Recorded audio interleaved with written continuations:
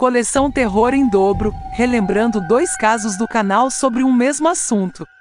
Relembraremos hoje 2 casos sobrenaturais muito interessantes e completamente verídicos que nós publicamos aqui no canal, que nos foram relatados por enfermeiras e que mudariam para sempre o conceito de vida após a morte em ambas as situações.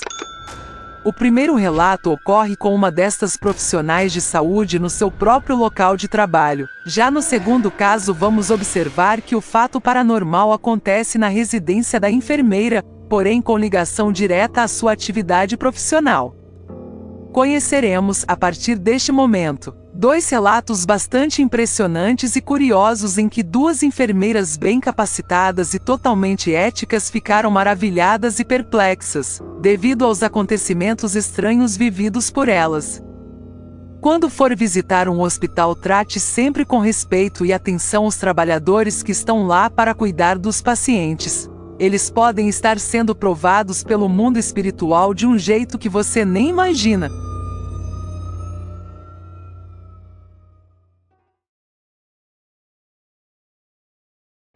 Primeiro caso. Uma última visita. Olá, o meu nome é Luísa, e o meu caso aconteceu há alguns anos, enquanto eu ainda estava cursando a faculdade de enfermagem.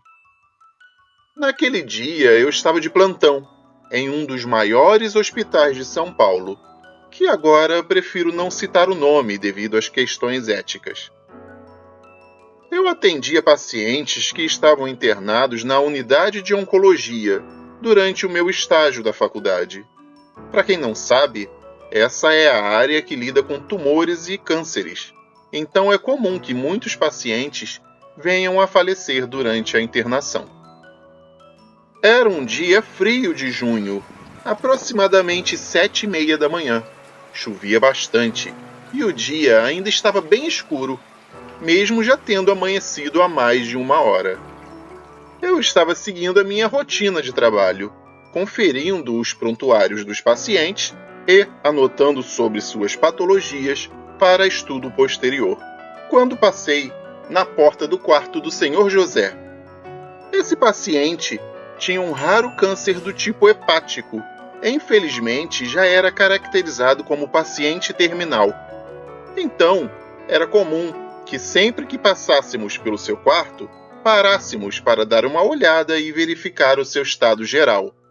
Claro, tínhamos uma rotina de entrar lá de 2 em 2 horas e verificar seus sinais vitais, como pressão arterial, temperatura, administrar seus medicamentos, enfim. Mas mesmo assim, sempre que passávamos em frente ao seu quarto, olhávamos lá para dentro para verificar se estava tudo bem, na medida do possível. E foi nesse momento que parei para olhar lá dentro do quarto do Sr. José que percebi que havia um jovem rapaz que conversava alegremente com o paciente. O jovem tinha mais ou menos uns 20 anos, usava uma jaqueta de cor verde escuro com algum tipo de boné amarronzado. Tinha a barba por fazer.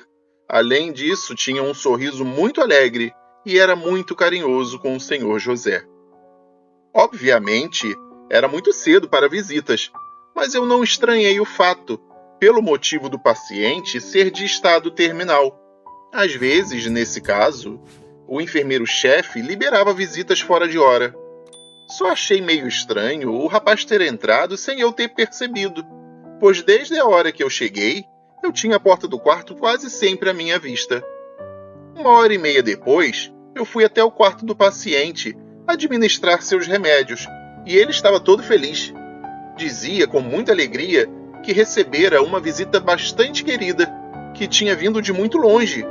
Era o seu neto, Adriano. Bom, às 10 horas da manhã, o Sr. José falece. E, consequentemente, a sua família toda começa a chegar, após ser comunicada do fato. Estando ali perto, percebo que todos estão muito tristes, choram e lamentam demais. Até que, de repente, eu ouço de um dos seus parentes a seguinte frase: "Poxa, e ele não chegou a ver ninguém da família hoje. Morreu aqui sozinho, sem ninguém ao seu lado." Consternada, Eu me aproximo deles e conto que ele não estava sozinho, que havia um rapaz com ele de nome Adriano e que ele disse ser seu neto. Foi nesse exato momento que todos pararam de chorar e ficaram me olhando perplexos e admirados. Eu achei que eles estavam assim devido ao choque da morte do Sr. José e ainda descrevi a aparência do moço, quando uma senhora de meia-idade se levanta, me pega pelo braço e caminha gentilmente comigo para fora do quarto. Extremamente pálida, ela me diz: "Por favor, minha filha, não brinque com o meu coração desse jeito. Meu filho, Adriano, faleceu há 5 anos em um acidente de carro, exatamente com a roupa que você descreveu." E então, ela me abraçou, chorando e soluçando. Eu passei o resto da semana pensando sobre o ocorrido. Cheguei à conclusão que o amor entre as pessoas vence até a inevitável barreira da morte, mesmo que alguém tenha que vir do além para realizar uma última visita.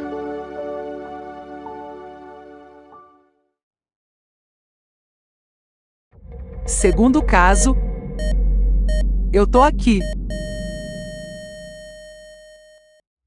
Olá, meu nome é Keila e eu trabalho na área de saúde já há bastante tempo. Sendo uma enfermeira que atua numa enfermaria própria para doentes terminais, a ideia de ver aparições, fantasmas e espíritos nunca me incomodou. Na verdade, eu acho que posso até dizer que isso faz parte do meu trabalho. Bom, então depois de me apresentar, vamos ao caso que eu tenho para contar. Em uma determinada época da minha vida, eu precisei me mudar. E assim estava morando em um novo apartamento já fazia um mês. Era um imóvel completamente normal e comum, e nada de estranho tinha acontecido nele. Bom, pelo menos até uma certa noite.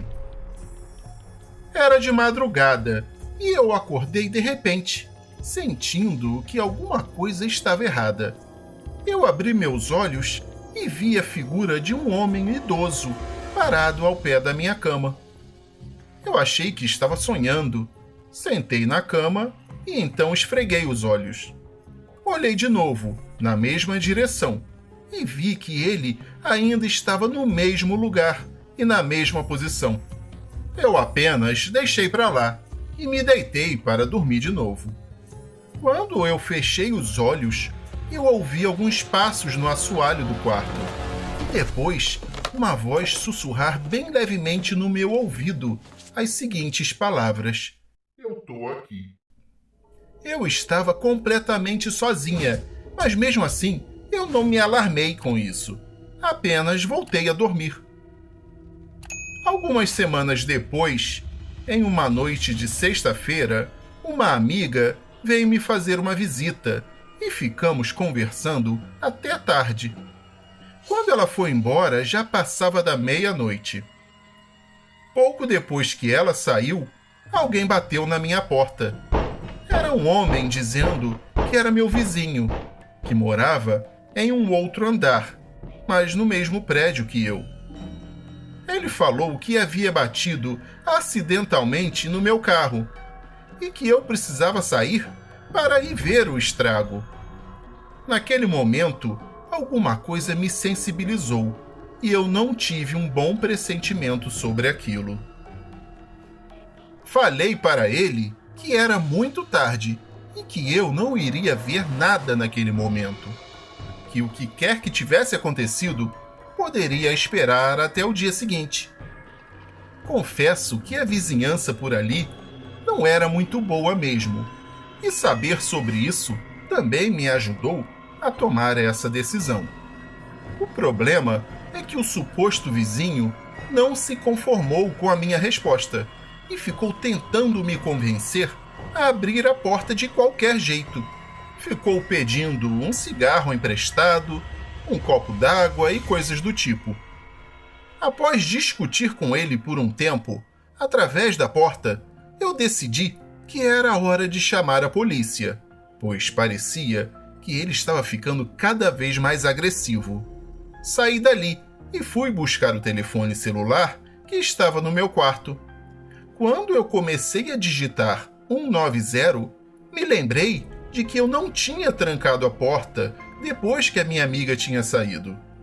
Eu sabia disso porque eu não a levei até a porta. Ela foi sozinha, saiu e simplesmente encostou a porta, já que ela não possuía a chave. Naquele momento, meu coração parecia estar na garganta. Eu acelerei os passos para voltar logo até a porta e trancá-la. Mas assim que eu comecei a correr, o cara lá fora colocou a mão na maçaneta e tentou abrir a porta. Para minha grande surpresa e imenso alívio, a porta estava curiosamente trancada e bem trancada. Exatamente naquele momento, eu ouvi mais uma vez aquele sussurro no meu ouvido, me dizendo: "Eu tô aqui." Ao perceber que não iria conseguir abrir a porta, aquele homem desistiu do que pretendia fazer e foi embora. Na noite seguinte, quando eu estava voltando do trabalho para casa, às 10 horas da noite, eu vi vários policiais na portaria do meu prédio. Quando eu perguntei para as pessoas o que estava acontecendo, me falaram que o meu vizinho, sim, aquele mesmo que esteve na minha porta na noite anterior, tinha sido preso. Só aí eu fiquei sabendo que ele realmente morava no mesmo prédio que eu. O fato é que ele teria invadido a casa de uma outra mulher, do nosso mesmo edifício.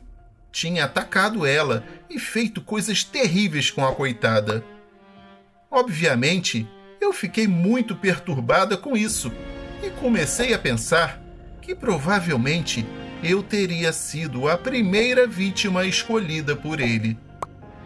Como ele não conseguiu entrar lá no meu apartamento, foi tentar em outra residência.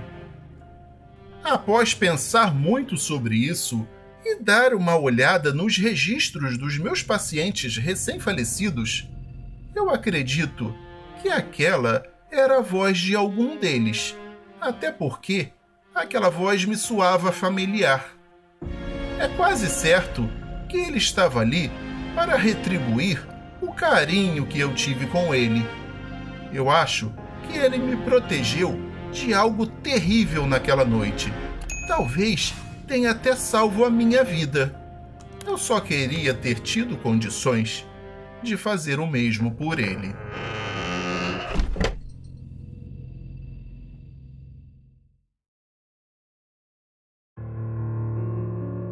E essa foi a coleção Terror em Dobro, número 22, Relatos Sobrenaturais Contados por Enfermeiras.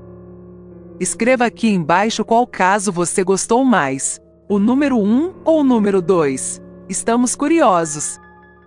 Não deixe de comentar e, se possível, compartilhar este vídeo. E não esqueça de deixar o seu like, pois ele é muito importante para nos ajudar a manter o canal no YouTube. Inscreva-se e clique no sininho marcando a opção Todas. Toda semana publicamos vários casos novos para você. Aproveite!